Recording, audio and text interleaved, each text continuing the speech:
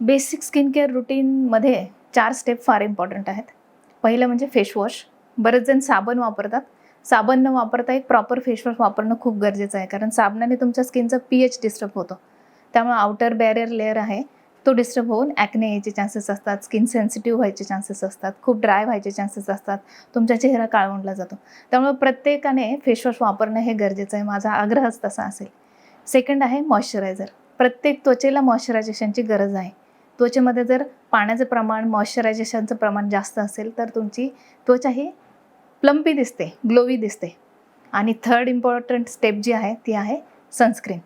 तर त्वचेचं जे काही धूळ, प्रदूषण किंवा ऊन आहे याच्यापासून संरक्षण होण्यासाठी एक सनस्क्रीन प्रत्येकाने वापरलं पाहिजे.